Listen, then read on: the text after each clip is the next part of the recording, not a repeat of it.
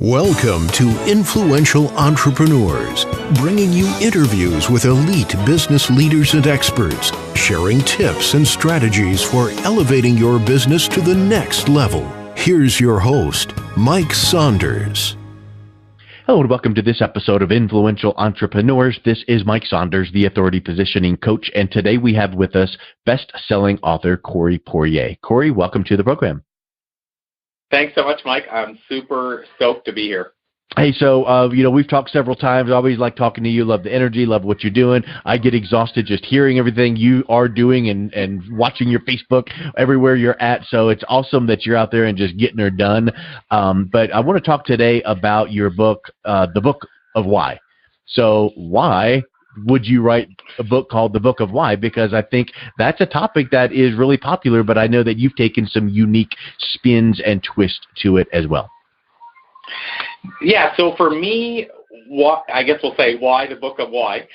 For me, what it is that I guess I struggled early in my life with finding purpose. And to be honest, I didn't even know there was a reason to find purpose or that there was a need for it, or I didn't really understand there was even this thing called purpose or this thing called passion. I didn't understand what those things were.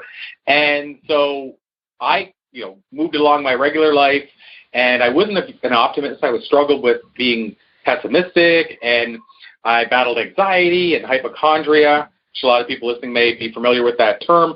Essentially, it's if you read about a disease, you get the symptoms. And so I realized that a lot of what was in my body was very negative energy and toxic energy. And then, lo and behold, I know we talked about this before, Mike, but I had this happy accident where I was tricked into stand-up comedy, and I started performing stand-up. And what happened was I started getting just a little taste of this thing called passion. And people at work would say, "Did you meet somebody? Because you seem to have a new jump in your step." And so I recognized something had changed inside me. And so I wanted more of that. And then I discovered this thing called professional speaking. And what happened was speaking had all the things I liked about stand-up and didn't even have the things I didn't like. And so I said, why don't I try to make this transition? Made the transition. And what happened as a result is almost immediately my anxiety and hypochondria disappeared. Wow. And how that happened or why I feel that happened is because I discovered my passion and purpose, which combined, I think that's my why. So passion is what you do, purpose is why you do it. And I had figured that out in that moment of stand-up and then speaking. And the end result is the anxiety was gone and the hypochondria was gone. And so I wanted people to understand what happened to me and figure out how they could make that happen in their life. So this book was a journey that started then, which is, I'm going back to probably 2002. And, 16 years later, roughly, 15 years later, it finally became a book where I could basically verbalize, this is how I discovered it, this is what I did with it, and this is how it resulted in the life I live today. So that's a big, big story, Mike, as to why it came together. But really, it was me figuring out that if you can discover your why, everything else really takes care of itself. Yeah, I know it's kind of cliche to say if you know your why, the how comes together, but it really is the case. We can talk about, the fact that when you have that in the forefront of your mind, then your mind, your subconscious even just starts kind of dwelling on and figuring out. And so it's all of that. And in fact, I think that if people listening to this right now were to think about something you've done in the past, you really accomplished it and did it because you first started thinking about it, then you started talking about it, then you're like, well, shoot, what's the next thing I need to do to at least get it started? And it just kind of takes on a life of its own. So yeah, that why thing really, really is powerful. So what did you find your why was or is? Yeah, so for me, my why, it's related to what I call my personal mission statement. And my personal mission statement is to be the guy who motivates, donates, inspires, educates, and entertains. And that's kind of my 5-point test, that if I'm doing those things on a regular basis, then I'm crushing it. That's how I define it. And so that's my personal mission statement. And so my why out of that is that I want to create a positive ripple in the world, and I call it an invisible impact, but I want to impact people beyond me. So that whole thing, if I'd love to be able to live longer than my body lives. And so, that ties into legacy, but that's my why. My why is to create this ripple. If I can create a ripple for people, if I can create a positive impact for them that changes their life, then everything else really is I'm going to say irrelevant, because that's my legacy. That's what I've left in terms of my mark on the world. So my mission statement, like I say, is to do those things I mentioned. That's sort of my what I'm going to do. But at the same time, by donating, by motivating, by inspiring, I'm leaving that positive ripple that I want to create. So just to create that ripple, that's what drives me. That's my why. Awesome. Well, and let's focus in on one of the words you just used, the drive, right? So that you think of drive and high achievers. What are some of the things that you find that has made you become more of a driven high achiever, or what are some of those best practices that people can think about implementing in their life? So, when we talk about drive, or even desire, if you will, I think there's a couple of directions, because there's the thing of strategy that you can do to actually become that high achiever, but then there's what can you do to keep that drive going and keep it alive. And so if we talk about keeping it alive and keeping that drive focused and centered and keeping you driven, one of the things you can do is be a lifelong learner. And you'll notice I don't say be a long-term reader. You'll never hear me say readers are leaders, because even though I believe that, there's a catch-22 there. It depends on what you're reading. You need to pick the right stuff. Then also, what if you're not a reader? It's almost like saying you have to find your passion or you won't be happy. I've never agreed with people saying that. Same thing, I don't think you have to read to be a leader. You can now listen to podcasts. You can listen to a show like this. You can watch a TEDx talk. So I often say learners are leaders. So meaning if you're willing to become a lifelong learner, those are the people that rise to the top and stay at the top. So if you want to keep that drive alive, which is kind of a good rhyme, I guess, but if you want to keep that going, you actually, in my opinion, you need to keep feeding that mind, because that's what's going to keep it going.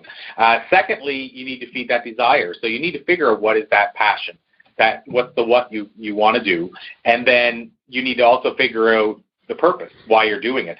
So I feel if you can constantly remind yourself, here's why I'm doing this, then that's going to keep the drive going. Yep. So again, figuring out what drives it, and that could be as simple, Mike, as when I'm going to speak on a stage, I could talk to myself internally for a minute or two before I jump on the stage, reminding myself comments that people have made about how I may have changed their life from a stage before. And it puts me in that mindset and keeps me driven as to why am I doing this. And then, like I said, being a lifelong learner is the next part of that. But if I dive into the other area, which is one of the key things that people at the high achievement level do, that most people, I'm not going to say they're not let's say unwilling to do it, but they maybe don't realize how powerful it is. And that's figuring out what a no is, a true no, and what a yes is, and then being able to, distinguish between them regularly and know how to say it. So what do I mean by that? Somebody asks you to take on something new, and you're already flat out. Most people say yes and then try to figure out how to fit it in. And what I'm suggesting is the highest of achievers, they say no to all the things that don't move the needle so they can say yes to the few things that will. And they've figured out what a no is, what a yes is, and then how to say it properly. I will add a little tip for people. I mentioned my mission statement. My mission statement is what drives my no's. So what I mean by that is when I said I donate, motivate, inspire, educate, and entertain, what I do is if you ask me to take something on, I ask, is it going to hit some of those? If it's 0, that's the easiest no I'll ever say with no regrets. If it's 5, it's probably the easiest yes I'll say with no regrets. So that's how I decide what no's are. And if you are, it's awesome. I brought it up a couple thoughts as well. But if you have that in mind when you do say no, you're able to say no with empathy, and that comes off way more genuine. Yeah, I'll give you a tip that I got during one of my interviews, which was with Shailene Johnson, depending on how you want to pronounce her name. But she's the founder of Turbo Jam. So the Beachbody program, and then she's also now a New York Times best-selling book author and an Instagram expert. And so Shailene, we talked about this idea of saying no, and she said how she handles it, which I love, is she's very family-driven. So she'll tell people, and they all know she's family-driven. I believe her husband's name is Mark. I'm going to just go with that. But she'll say, you know what, I have to, when somebody asks her to take on something, for example, maybe teaching a class in Turbo Jam when she doesn't have time or what have you, she'll say, I have to ask Mark and see what we have on the go for the family. And once I have a chance to chat with him, I can get back to you and give you a full answer to let you know one way or the other. And if I can't do it, then what I'll do is I'll try my best to link you up with somebody who can. Yeah. Now, who can get mad at somebody saying no like that? Right. That's a really good point. So I think Yeah, I think it's just figuring out, like, so it might not be family. You might say, well, look, I have a whole lot on my plate with the business right now, and I want to make sure that if I take this on for you, I can give it my full attention. So I don't know that 100% for sure right now. Let me look at what I have on the go and get back to you. But if I can't do it, then I'm going to do my best to find somebody else who will. Most people won't get mad at a no like that. I would think not. And especially since you've already set the stage for it. And I would submit to you this. If you said that, came back to them and evaluated it and said yes, I think that yes is even more impactful than just a knee-jerk reaction yes. Absolutely. And the other thing you'll find is some of the people will, if you take 2 days to think about it, they'll find a solution before you come back to them anyway. Yeah, or at least a more clarity around it, so that when you say yes, they go, ooh, and could we focus on this? And then now that's even more impactful. So yeah, I think there's a lot of words of wisdom with that one statement right there, that one thought process. That's awesome. Yeah, happy to share that, because again, I've discovered this whole idea of no it's one of the game changers. You know, there's some, I call them timeless secrets, but there's some timeless secrets that maybe not so secret, but the highest achievers do them really well, and other people struggle with them. And it's just a little tweak that could change the game. And so for me, I grew up in a small town where everything was yes, yeah. We'll do it, yes, I'll do it. And I was taught by my family, just say yes to everything. And so it was hard for me to make that shift. But when I started studying these high achievers, what I figured out is the ones that have a hard time saying no, which is like me, I still do, what they do really well is they get gatekeepers in the mix. So if you want to reach, let's say, Jack Canfield, it took months to secure an interview with Jack Canfield, because he has a whole team designed to basically make sure Jack's spending his time doing the right things, and then he doesn't have to say no to anybody. Yeah, that's a really good point, to make sure that it's kind of like the same thing of, if you're not good at doing your own bookkeeping, hire someone in your business to do it, because you're not going to do it right or at all. So same kind of a thing. Yeah, if you have trouble saying no, figure out a way, even if it's as simple as setting up, and this is just off the top of my head, but I've seen people do it, set up like a Gmail account for, like, admin your company at gmail.com, and then say, hey, email my executive assistant, and then when you're replying, they don't know it's you, but they're getting a reply, and you can ease it that way and whatever. I mean, I just think there's a whole lot of ways to do that, but that's a big aha, is figure out what you can say yes to, what you should say yes to, and what you should say no to. And the way that you're doing that is figuring out, is that getting you closer to your why, your ultimate why? And I think another element that goes along with that, and correct me if I'm wrong here, but just having the why is important, but having a vision of what the why will result in really brings it to life too. Yeah, 100%, Mike. And, when we're talking about this stuff, it's funny because I know you didn't intend that, but when you asked, what are some things that you maybe learned that high achievers do, in the book, when I said it's taken this many years to write it, that's what I did. I included those elements. So even the power of no, which is what I call it, that's in the book, because it goes back to your point, is I use my why to figure out what to say no to, and then also at the same time it helps me get closer to my core why, or serving my why. But yeah, in the book as well, we talk about that in terms of saying, in terms of the whole idea of figuring out what the why is going to help you do and what it's going to achieve. And then I even dive into why not you, and why not now. So I figured if I'm going to dive into the whys, I want to actually make it about more whys than just the central one of the why you're doing it, because some people struggle with the mentality. So the other three are more like mindset. Why not? Why shouldn't you do it? And dealing with the mindset, because some people figure out a why and it's really powerful, but they're scared that maybe it's not them, or they can't do it, or people won't listen to them. So yeah, I really tried to dive into figuring out what's going to make a person get to their why, how they're going to find it, and then also what it's going to do for them. And I think just that one word, and if you're thinking about it from the perspective of, why the why is so powerful, or the power of why, I think once you start diving into it, you realize that one little word and the meaning behind it can actually change your entire life and business. Yep. Exactly. Hey, so can you think of any specific one or two things that people can be doing, like easy tactics? Because I think this sounds really nice to go find your why, or make sure that you know your no's. But what are some things that we can be doing throughout our day, like daily disciplines? So if we talk daily disciplines, so it depends on the perspective if we're talking about somebody who's already found their why or somebody that hasn't. But if we're just talking like daily principles, disciplines, rituals, what have you, that will maybe keep you on track, keep you focused, and if you have found your why, we'll serve it more. If we're talking about that, then I would say one of the big things I talked about, the power of lifelong learning, I would say you need to actually set aside time for learning. So you need to have an informal or formal business plan in general, but I would say that a big part of that people leave out is the learning plan. And so for me, what I do is I follow a thing called the Hour of Power, which was another one of those aha moments for me, but it's something I heard from, I guess, Jack Canfield, directly from him, and then read his book, The Success Principles, where he goes into it in more detail. But when I interviewed him, I asked him, what was the one thing that's changed his life the most and been most responsible for his success? And it took a little bit of easing out because he didn't want to say one thing because he has a book about 64 principles of things that you have to do together. But he finally said his hour of power is probably the biggest one.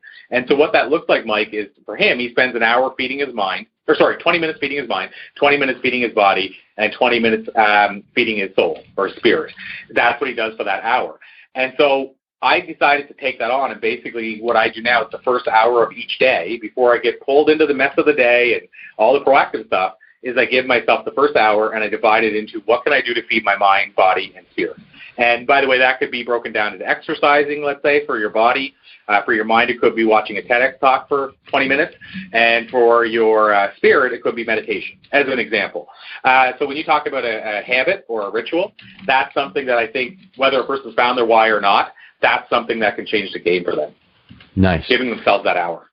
Well, I think that I literally had a coaching session with someone right before our interview here, and I said, you know what? We've hit on so many great things. We could go on for hours and hours going deeper, and I could give you more ideas, but guess what that would do? Overwhelm you. So I think at this point, I just would love to say thank you for your time, and let's take some of these principles of our power and knowing your why, figuring that out, and knowing where to say no and how to say no, and just kind of learn from that and see where we can implement that in our day. So, Corey, what is the best way that people could reach out and buy a copy of your book or learn more about your programs?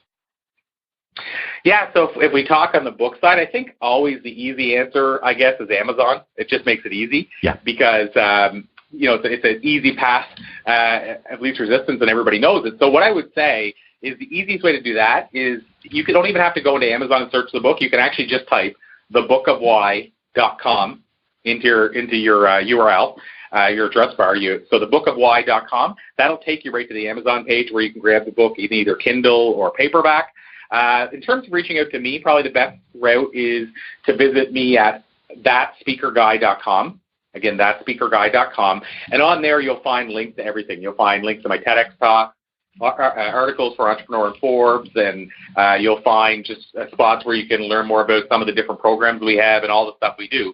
So I think that's the hub. And then even at the top of that hub, you can find connections to my social media accounts too. So I think, Mike, that's the best place to send people to reach out. And then again, thebookofwhy.com if a person's interested in learning more about the book. Love it. Thank you, Corey. I really appreciate your time. It's always great catching up with you. Awesome. It was an absolute pleasure. You've been listening to Influential Entrepreneurs with Mike Saunders. To learn more about the resources mentioned on today's show or listen to past episodes, visit www.influentialentrepreneursradio.com.